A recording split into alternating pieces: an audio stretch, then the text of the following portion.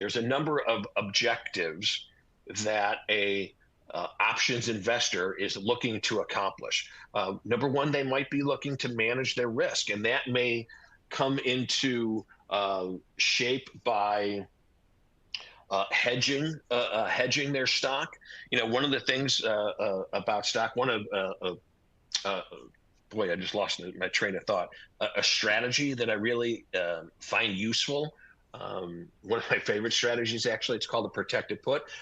I'm a very risk averse investor. Certainly at my age, I'm looking to kind of keep my money rather than trying to risk to increase my money significantly. So I'd like to keep what I have made so far. So I'm kind of risk averse.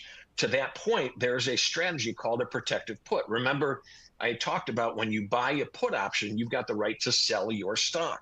You can think of it as your exit price. So if you're looking to hedge existing stock that you have, maybe against a downturn in the market, you can buy a put against your stock. Some people look at it as an insurance policy. And while it's obviously a very different product than insurance is, the concept of it remains the same. When you buy insurance for your car, for example, you're buying insurance in case something negative happens, right? In case you get in an accident. You don't want to get in that car accident, but just in case you do, you're covered. Same thing here with the protected put. You don't want to sell that stock at, say, $100. Let's say you own stock at $100. You don't want to sell it. You want to keep it, which is why you bought it in the first place. But just in case that there's a downturn in the market, you don't really want to lose money on that. So maybe you can buy a put and choose that exercise or choose that exit price for you.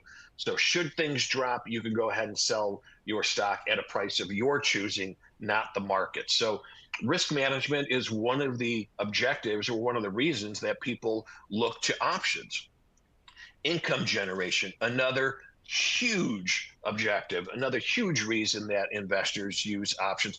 And not only just investors, but specifically older investors, retirees that have amassed a portfolio of stock. And certainly I'm not making a recommendation for older people to use options. But what I am saying is that it's a very popular tool amongst older investors because they have stock here. And what they can do, there's a strategy called a covered call, where you're selling a call option against the stock that you already own.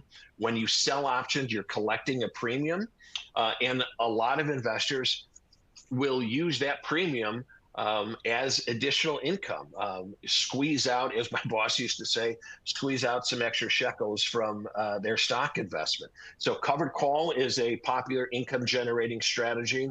A cash secured put, another one. These are investments, or these are strategies that investors use to generate income premium, and they use that to supplement their monthly income that they already have. So another reason people use options. Leverage is another reason. Defined risk. The thing about leverage is you can take, say, $5,000 and buy 100 shares of a $50 stock, or you can take that same $5,000 and buy a significant number of options and possibly generate much larger returns on that investment than you would with the stock. Now, obviously, it's a double-edged sword. We'll get to some of the disadvantages of options in just a moment. I certainly don't want to paint a rosy picture about options that every trade you make is going to be a winner, and that there aren't any risks involved. There certainly are, but leverage is another reason that investors use options, because they can control a larger number of shares through the use of options versus spending that same amount on the stock. And then defined risk. Anytime you buy an option, you know that you cannot lose any more than you put into it. There are other strategies, such as a spread strategy, where you are combining often a buying one option and selling another option. And you've got a defined risk between those two strike prices. Again, it's one of those situations where going into the trade how much you can make and how much you can lose. Your risk is defined within that trade. So another reason that investors use options. But it really all comes down, in my opinion, to flexibility.